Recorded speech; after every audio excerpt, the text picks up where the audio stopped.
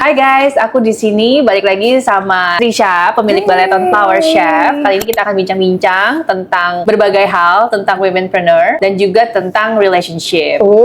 You can introduce yourself. Oke, hi guys, kenalin nama aku Trisha. Aku owner dan juga founder dari Balleton Flower Chef. So basically kita itu flower company, kita pokoknya kerja di industri bunga lah. And then here I am with Kiratin, my dearest friend juga, my cici di dunia bunga-bunga juga. Tapi hari ini bukan ngomongin bunga ya, Ci. Hari ini kita ngomongin Skin dan Balleton Flower Chef. Appreciate it, udah jadi tamu di sini. Yeay. Jadi Trisha ini juga salah satu our Women of Ayo. Weh, ya Sempat jadi benar-benar Women of ya. Ayo ya. Itu shootnya juga di sini ya, Ci. Ya. Trisha, boleh gak ceritain sedikit what is the origin story of Balleton? Oke, actually Balleton itu kita bisa bilang sekarang sih flower company kali ya, Ci. Memang dulu starting with selling bouquet, selling flowers, tapi mungkin makin kesini kita lebih ke community based juga. Jadi kita juga kayak ada kelas, ada experience, ada jual bunga, dan decor. Jadi everything ya tentang bunga lah gitu, maksudnya semuanya. And then I started itu udah dari 10 tahun yang lalu, waktu aku masih kuliah, aku ingat. Okay. Jadi kayak I started early juga, and then makin kesini ya udah makin udah jadi kerjaan tetap gitu. Terus kayak ya awalnya tadi aku bilang kita jualan bunga, dan akhirnya sekarang kita udah ada beberapa cabang juga sih. And then ya semuanya berkutik di dunia bunga-bungaan semuanya. Terus gimana? Kamu suka dukanya gimana untuk membangun si Balleton ini? Mungkin Ciratin sebenarnya lebih jago sih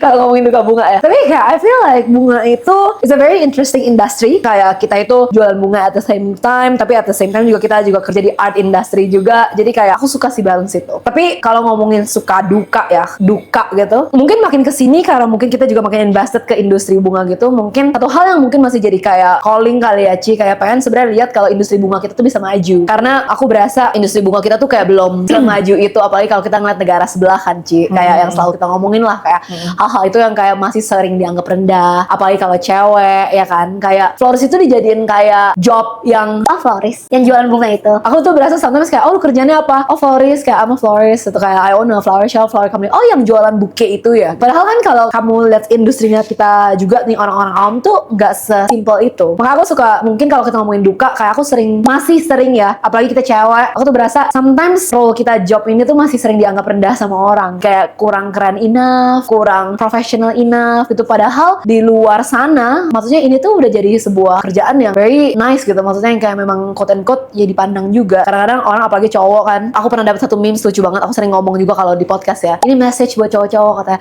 kerja keraslah sampai istri lu punya florist atau bakery, rugi 30 juta sebulan dan gak apa-apa. Oh, why? Kurang ajar ya, Itu Ci. seksi sekali ya? Banget. Jadi aku kayak what the hell? Iya, jadi Dia nggak tahu kita untung. Nah makanya itu kan, Ci, maksudnya kayak kadang-kadang berasa kayak gila, lu gak tahu ya, maksudnya usaha bunga ini tuh yang menghidupi berapa puluh orang loh gitu. Maksudnya yang kayak bener-bener legit kerjaan yang kayak bukan rugi 30 juta sebulan dan gak apa-apa. Jadi kayak lu lucu-lucuan gitu, iya, gak serius, gak dianggap serius iya, gitu ya. Jadi itu mungkin duka yang menurut aku paling ketara kali ya, Ci. Kayak sometimes kayak orang suka nganggap kita remeh. Berarti itu your journey as a womenpreneur ya. Berarti ada gak sih kamu menghadapi kayak double standard gitu? Mungkin tuh dia yang kamu bilang tadi kan, misalnya cowok itu lebih serius, sedangkan yang cewek itu kan kerja sampai you can own a business yang actually losing money gitu kan. Bener. Nah maksudnya kamu ada yang di compare di keluarga atau apa gitu? Double standard. Kalau di keluarga sih apparently my family support sih. Sebenarnya mereka udah cukup open minded juga, kayak walaupun ada ya kayak awal-awal ya mungkin kan dulu waktu awal-awal masih kayak kerjaan bercanda kali, karena kan background aku juga HI kan. HI itu international relations, kayak hubungan internasional yang basically kerjaannya tuh harusnya masuk ke Kemenlu, terus kayak mungkin di MNC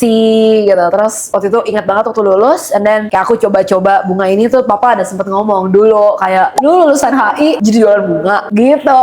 Terus I was like ya udah, harusnya kayak waktu itu gue suka, ya kebetulan ya punya pilihan sih, Ci. Memang kayak bukan yang kayak harus kerja gitu atau gimana, kayak ya I'm grateful my parents juga lumayan kayak ya udah serah lu, Supportive ya. walaupun awalnya kayak jualan bunga gitu kan, sekarang kan kayak jualan bunga gitu, kayak ya I am selling flowers gitu. Jadi kayak mungkin buat keluarga sih enggak, cuman mungkin dapetnya dari lingkungan sekitar sih. Apalagi kalau ketemu orang baru awam gitu di dunia bunga gitu, ya mungkin mereka tuh bisa kayak yang kayak jual bunga buat ulang tahun gitu, yang kirim-kirim buke-buke. Masih ada ya persepsi kayak gitu ya? Masih banget. Apalagi karena kan dunia kita tuh juga lumayan segmented kan, Ci. Very niche lah. Kayak jadi orang-orang tuh masih kayak nganggapnya itu. Kurang ngerti ya. Tapi kalau waktu dia udah deep dive more, they look upon kayak our website, kayak into the company, kayak gitu gimana ya, mereka kayak gue baru tahu kayak toko bunga bisa kayak gini gitu.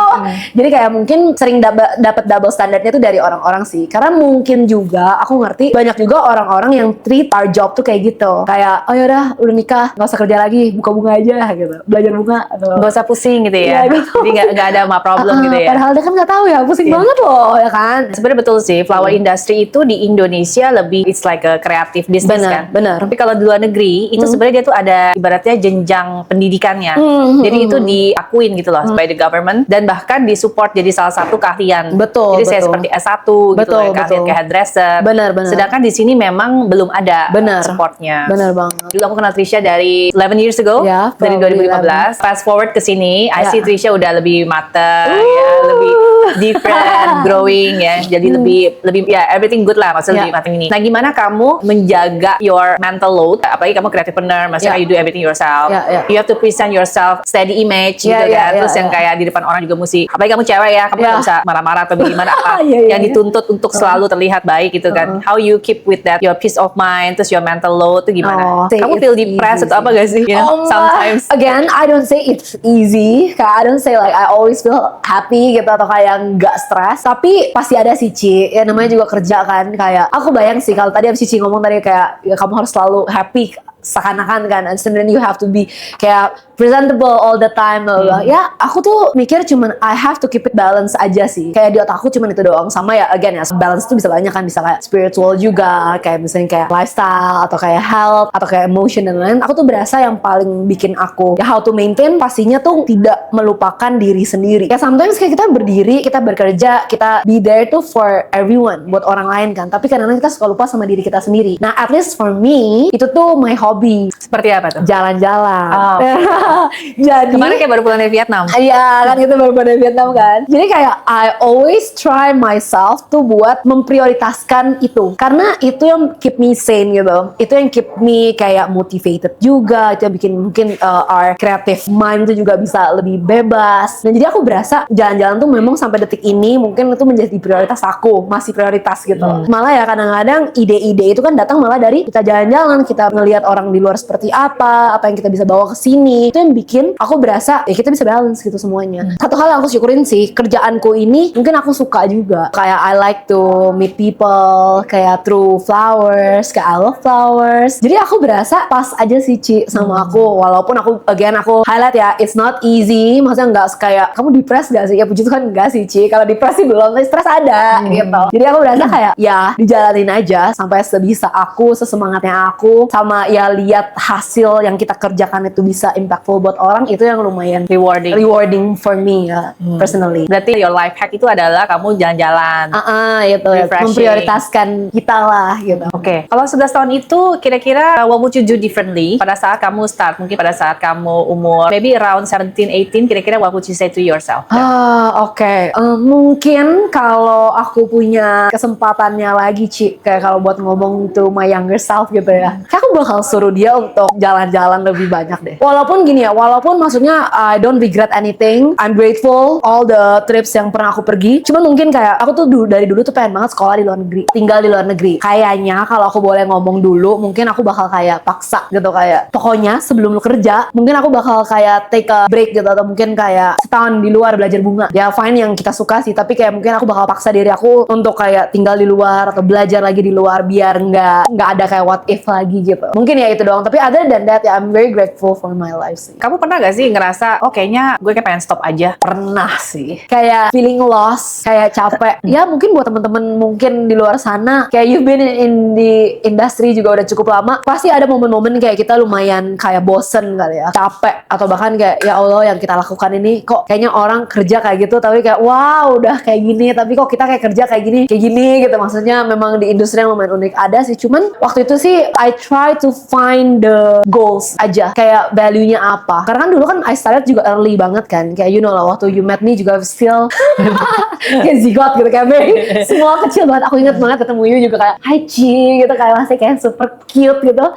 Aku tuh berasa karena I started bukan, kalau orang-orang kan mungkin kayak yang lebih mature gitu kan, mungkin they started with value, with goals, kayak what they wanna do in here gitu kan. Waktu itu mungkin kayak I don't have anything, it just happen aja karena kan pas kuliah plus orang butuh bunga, ya udah gue bisa, orang pesan lagi ya gue buat lagi gitu loh. Jadi kayak nggak ada tujuannya. Nah jadi waktu momen-momen itu aku berasa aku kayak lumayan semedi gitu lah, kayak I try to find the goals gitu, kayak sebenarnya buat apa gue di sini. Nggak mungkin nggak ada reason kan kita ada di industri ini, kayak even kayak kita ketemu pun ada whatever tujuannya gitu. Nah jadi waktu itu aku try to find the goals and the value of Balaton gitu, and then ya waktu aku udah dapetin dan ketemu, ya I think it's pretty lebih legowo lah, kayak waktu ngejalaninnya pun juga jadi lebih oke gitu, Lebih firm gitu lebih ya. firm, bener-bener. Coba kamu susun dari 4 hal ini, dari yang menurut kamu top priority sampai the oke. least one. Reputation, finance, yourself, good teamwork. Yang pertama mungkin harusnya for me ourselves, and then finance sama teamwork agak susah karena menurutku dia kayak saling membutuhkan. Kayak kalau lu nggak ada finance juga susah buat teamwork, kalau teamworknya juga kacau juga itu kayak susah. Tapi mungkin kalau disuruh pilih mungkin harusnya teamwork and then finance baru reputation. Karena aku berasa harusnya kalau you sane, you-nya oke, you will give like the good energy to the teamwork, yang akhirnya kalau teamworknya bagus bakal efek ke reputation and finance you bagus. Oke. Good Ya, enough, betul, fine enough betul, betul. ya harusnya kayak gitu. Berarti intinya kita harus sane dulu gitu Iya, ya. jadi kayak mungkin fokusnya Mental health dulu. ke kita dulu. Maksudnya kayak kitanya kalau kitanya error, gimana caranya bisa teamworknya jalan juga kan.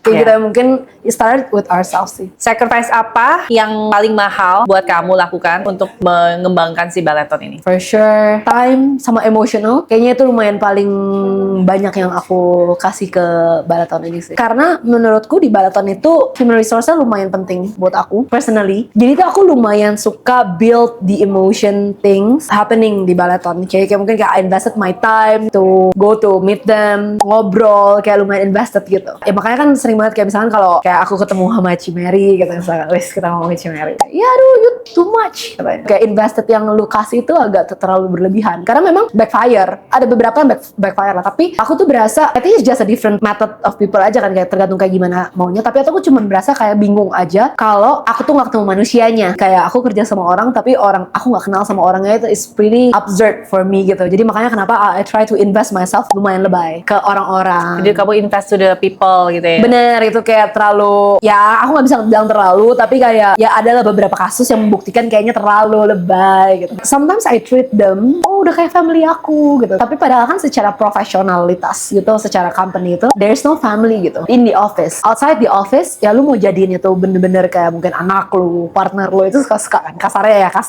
Cuman in professional world there is no like family stuff going to be family gitu loh. Waktu younger me, I always treat them kayak ini udah kayak keluarga gue nih, kayak family gue, dan too much. Kayak even mungkin permasalahan pribadinya pun ya, kayak bukannya aku ikut campur, tapi aku membiarkan diriku untuk terlibat. Padahal kan harusnya nggak boleh gitu, secara profesional. Dan akhirnya itu backfire ke aku, which is ya di saat mungkin mereka pergi meninggalkan aku, karena kan there's just a common thing happen in the company professional world kan, kayak people do come and go gitu. Jadi waktu dia literally pergi dari aku lumayan kayak sakit hati gitu. Kayak gue berasa kayak I do everything for you, kayak I treat you like my sister, kenapa lu tinggalin gue gini aja with not very decent way gitu. Kayak don't you think kayak lu harus kasih gue lebih proper selayaknya sister gitu loh. Sedih sampai lumayan stres. Jadi kayak bikin gue stres sih. Terus ya I consult kan with seniors gitu, kayak seniors yang udah di industri, yang udah punya kerjaan ya, dia bilang ya you're too much gitu kayak. Terus gue, how do you say that I'm too much gitu kayak. Padahal kan dia nggak tahu kan ceritanya tuh, kayak simple lah, kayak dunia profesional tuh bisa lihat gitu, kayak the way lu gerak-gerik lu, cara lu treat mereka, even di depan gua gitu. Kayak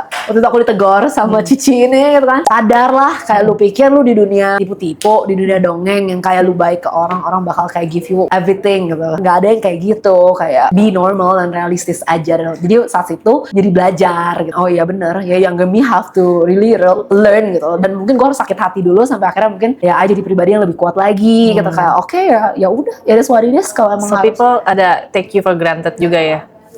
ya itu yang kita rasain kan, tapi kan kita nggak tahu dari sisi mereka juga gitu, kayak the way they think-nya gimana. Cuman ya mungkin yang bisa kita kontrol ya kita kontrol aja sih, Ci. Aku cuma berasanya in the end kayak gitu, karena sering banget ceritanya, apalagi di dunia kita kan kayak hijack asking, is very gitu kayak lu nggak takut lu kayak ajarin staff lu kayak gitu sampai nanti kalau dia di-hijack sama orang gimana. Aku inget ditanya gitu sama orang di depan puluhan orang, di depan ada staffku juga, terus gue harus jawab. I jawab kalau sekarang sih gue mikir people do come and go, even partner kita, even mama papa kita, even anak suatu hari nanti pasti akan ninggalin kita gitu, kayak nggak ada kita tuh hidup bersama-sama terus gitu loh. Ini emang udah dark sih mikirnya sampai kayak gitu, tapi aku mikir eventually lu bakal sendiri juga, cuman bisa mengusahakan yang terbaik aja di waktu ini. Dia masih sama lu, dia ada di circle lu, ya udah lu do the best and God will do the rest. That's a good point actually. I want to add that. Betul yang soal hijack ini ya, especially in skilled worker ya. Yeah, Kita yeah. udah invest so much, kita udah getting too personal, udah bukan bisnis lagi ya, udah mix antara personal and business. People ask me sih, jadi gimana kalau misalnya itu nanti you transfer all your ilmu, tiba-tiba itu orang itu di-hijack sama orang lain. But for me ya, I think if that person, sorry to say, masa say stupid and they stay with you, that means that person could be a weakest link for your business gitu loh. Jadi you are as good as your weakest link, itu number one. We really should transfer our skill. Aku sempat tuh punya pengalaman kayak gitu. My skilled worker itu, I don't want to let the person go. Karena aku berasa, aduh gimana ya, masa gue udah invest banget nih, nanti dia kalau run to my competitor gimana atau apa kan. But I learned something. People, especially your loyal customer, itu buy from you, buy from your taste. No matter how skillful the worker is, tetap orang carinya kita. Dia nggak bisa menggantikan the soul of the company. Bener. The culture of the company gitu loh. Jadi don't worry, mau di-train kayak gimana pun. But I think you need to invest more to yourself ya. Maksudnya orang nggak bisa beli taste kita, orang nggak bisa beli point of view kita gitu kan. Oke, aku mau tanya ya, now that you mentioned about people ya in your company ya, I think this is kayaknya lumayan hit your button ya. Iya kayak ceritanya langsung kayak ini ya. panas. Are you part of millennials? Iya, Masih the ya, end, masih ya. the end of millennials. End of millennials. Jadi menurut kamu gimana tuh kalau kamu compare between your work ethics yang kamu percaya, yang kamu jalanin sehari-hari, sama apa yang kamu lihat trennya ke sekarang tuh gimana menurut kamu?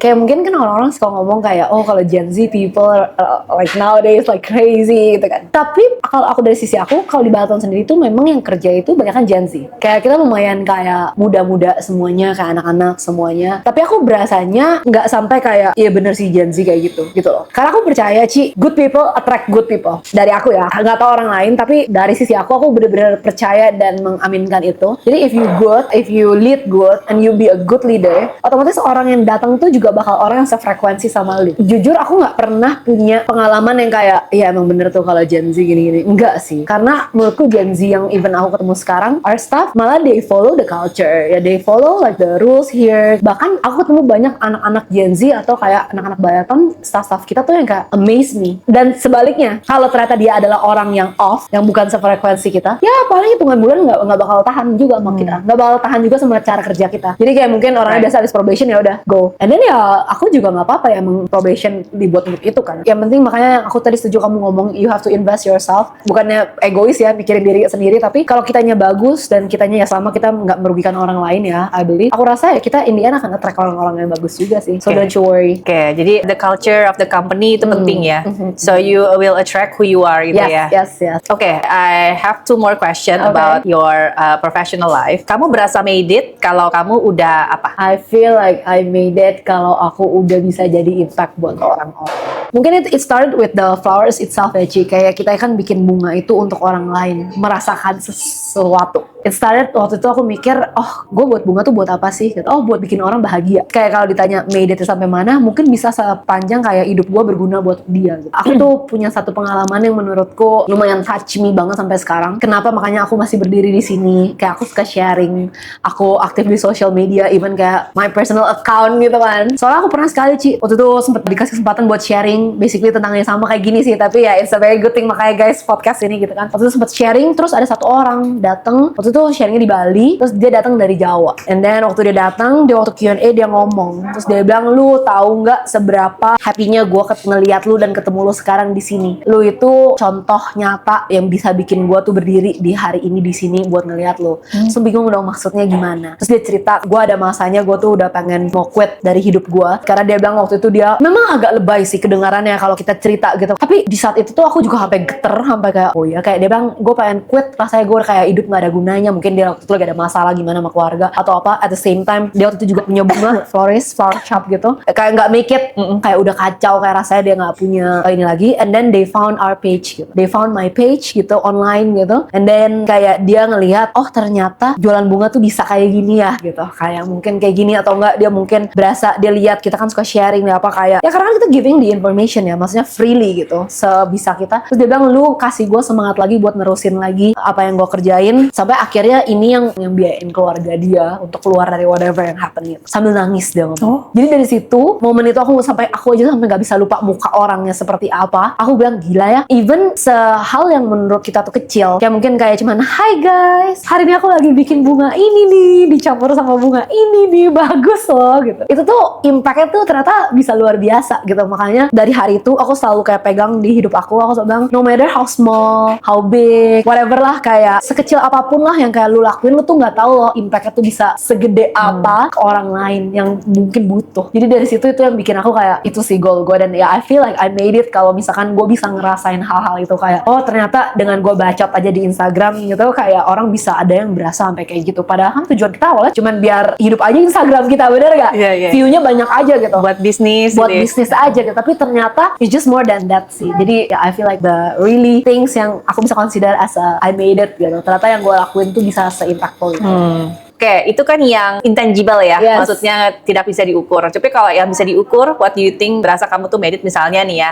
Oh kalau gue tuh udah beli rumah di Bali gitu loh, gue udah. Menurut aku sih aku lumayan simple ya Ci orangnya. Jadi mungkin kalau mau diukur berarti adalah made it-nya di saat gue udah bisa jalan-jalan tanpa mikirin apapun, and then the business is running, everything is running, terus gue bisa jalan-jalan Ci suka-suka gue. Detik ini juga misalkan gue mau ke Jepang, tanpa harus mikirin semua yang hal di sini. Mungkin itu kan ya I don't know how much of the money yang udah dipunya ya, tapi kayak I think the freedom itu sih kalau sampai gue udah bisa di titik itu, gue rasa kayak anjay, kayak udah Setuju. Setuju everything you said. Oke, I want to know Trisha punya point of view about relationship. Sekarang kan ada tren nih yang namanya double income, no kids. Menurut kamu gimana? For sure double income is a yes thingy. Kayak aku rasa cewek harus kerja sampai kapanpun. Kayak aku selalu ngomong bukan masalah duitnya, tapi aku lebih berasa ke cewek harus kerja karena jadi lu punya pilihan. Karena banyak di luar sana cewek tidak kerja jadi lu gak punya pilihan. Misalkan amit-amit suami lu kenapa-napa, lu jadi gak punya pilihan untuk misalkan menyalurkan anak lu kemana. Misalkan lo jadi kayak lebih punya kekuatan lah. Menurut aku pro cewek kerja. Tapi kalau double income-nya ya juga pro. Ya pasti kan otomatis kalau ada double income bagus dong. Tapi for me kalau no kids, aku bukan orang child free sih. Maksud aku juga bukan bilang kayak oh I don't want any kids gitu. Karena aku berasa bukan kuadrat yang wanita punya anak. Nah itu aku nggak agree di situ. Tapi aku lebih agree kayak ada legacy baik yang bisa kita turunkan ke anak-anak gitu. Tapi kan nggak harus sebenarnya anak darah daging kita sendiri kan. Makanya lu juga bisa lakuin itu ke orang-orang sekeliling di kantor atau apa gitu. Jadi kalau ngomong pro atau enggak, netral kali ya Ci. Kayak ada orang yang memang nggak mampu, secara mental juga nggak mampu untuk punya anak. Karena kan punya anak juga susah kan Ci? Iya. Harus share dong harusnya. Ya kan? Iya. Gimana kalau menurut you? Aku sih memang bukan tipe orang yang no kids sih. Tapi aku kalau misalnya memang nggak dikasih Tuhan ya waktu itu ya, aku juga nggak masalah juga. Aku nggak berasa I have to have kids untuk menjadi seutuhnya manusia seutuhnya gitu kan. I respect every couple yang prefer to no kids karena kita kan nggak tahu ya other people punya mental health. Apakah dia dari abusive home, nggak sih? Bener. Apakah dia financially stable atau mentally stable? Menurut aku kalau kamu belum siap, udah nggak usah dengerin dari what society thinks because kamu yang jalanin. Bener. Because when everyone told me, oh you should have kids gitu, you have harus punya anak. Tapi nggak ada yang kasih tahu aku tuh susahnya aku setiap malam sendirian ngurus dia pada saat dia sakit, pada saat dia tantrum. Itu kan nggak ada yang bilang kan? Kamu yang mesti do everything yourself gitu kan. Jadi menurut aku itu benar-benar individually ya. Maksudnya kita lihat apakah kita fits as a parents. Apalagi belakangan ini banyak banget aku ngeliat kayak berita-berita yang agak horrible lah ya. Maksudnya about kids lah, maksudnya child abuse and everything. Maksudnya I think mental health masih harus lebih sehat dulu gitu to have kids. Bener. Right. Kita nggak bisa judge orang from its cover. Bener. Good point sih Ci. Makanya itu it depends lagi, balik lagi ke orangnya atau ke parentsnya kan. Apalagi sekarang kan punya anak nggak mahal kan? Nggak murah kan Ci? Iya, sangat nggak murah. Sekolahnya berapa? Susunya berapa? Pampersnya berapa? Ya nggak? Kan yang ngomong cuma ngomong doang kan, nggak bantu financially kan. Bener. benar. Makanya aku juga suka bingung kayak gila dulu mungkin kayak kita grew up gitu orang tua tuh kayaknya nggak seribet sekarang. Aku berasanya kayak dulu gue kayak gede aja gitu, tapi kayak sekarang tuh kayak kok kayaknya makin ribet ya karena again ya mungkin social media and everything kayak bikin kita kayak nggak boleh dipukul, nggak boleh kayak dulu gue juga disabet gitu loh Ci sama mami. Iya, Jadi berarti VOC. VOC, mami VOC. Tapi kalau sekarang kan gila kalau ngeliat anak disabet gitu, waduh. Iya, child abuse. Jatuh gitu lah. Jadi kayak ya Iya. mix a little bit here and there gitu.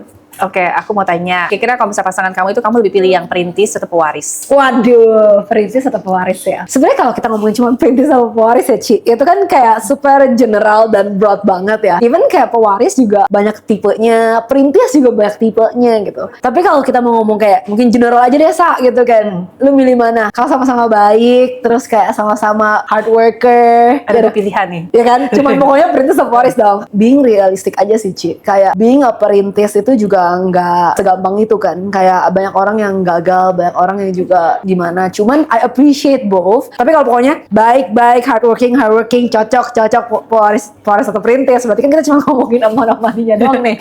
Ya dong. Ya kita realistis sih. Kalau mungkin kalau aku ya pewaris aja.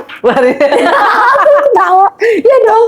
Kayak itu semuanya. that's honest ya maksudnya ya. Honest, Iya, kan iya, realistis iya. Ci. Karena Realistis kan ya. gimana pun juga kayaknya mungkin memang financial is not the important thing. Tapi finance kan is a very important thing on a Yeah. relationship. Kalau boleh milih kan, kalau boleh milih dan semuanya sama cocok satu agama dan lain-lain ya, I think ya pewaris. Kenapa enggak? Ya mungkin kita kali. Bukan berarti mungkin pewaris lu pasti lebih kaya, enggak juga loh. Tapi kalau sama-sama oke dulu ya kayak ya realistis aja lah. Itu kayaknya realistis aja. Me just being a realistic person aja. Ya, setuju. Buat orang yang sudah menikah beberapa lama, ya financial penting sih. Ya kan? Ya, stability financial. I think financial tuh bisa kasih kita freedom ya. Tapi kalau misalnya kamu punya anak, ya Yes. itu lumayan pengaruh banget sih. Bener.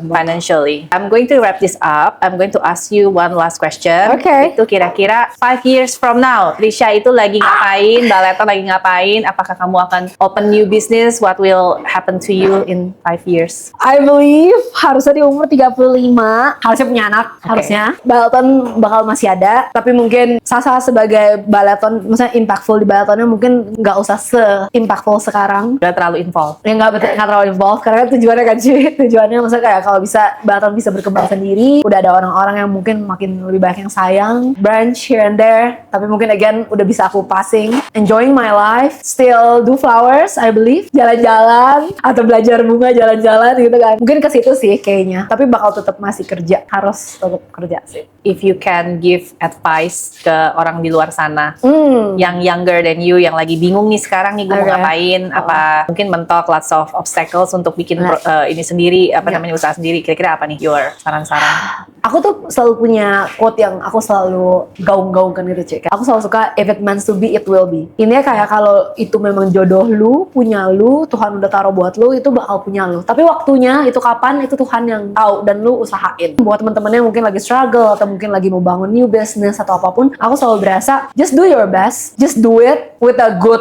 ini juga ya kayak belajar, maksudnya research, maksudnya with all the things, percaya aja pasti Tuhan akan atur. Ya kalau misalkan belum dikasih sama Tuhan, ya berarti belum waktunya. Kalau nanti dikasihnya udah nanti, ya nanti pasti Tuhan udah siapin gitu. Maksudnya still lah, need guidance juga dari Tuhan juga. Tapi kayak setiap orang punya waktunya masing-masing.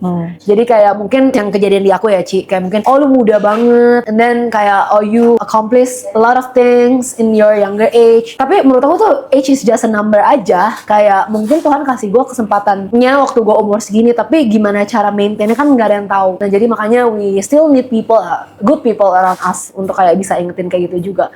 Jadi kayak nggak masalah kok, kayak KFC aja juga baru berhasil di umur 70-an kan. Waktu orang beda-beda ya? Dan waktu orang beda-beda. Jadi nggak kayak oh dia misalkan kayak ngeliat aku kayak gila Sa, you happy terus, energi lu banyak terus, nggak juga. Sometimes I feel low, I feel lost. Tapi kan nggak aku taruh di sosial media juga kan. Atau kayak I met you and then kayak cie gitu kan, itu kan nggak mungkin. Tapi kayak ya udah, I feel like ya setiap orang waktunya beda-beda sih. Jadi keep doing your best aja. Okay, thank you Trisha.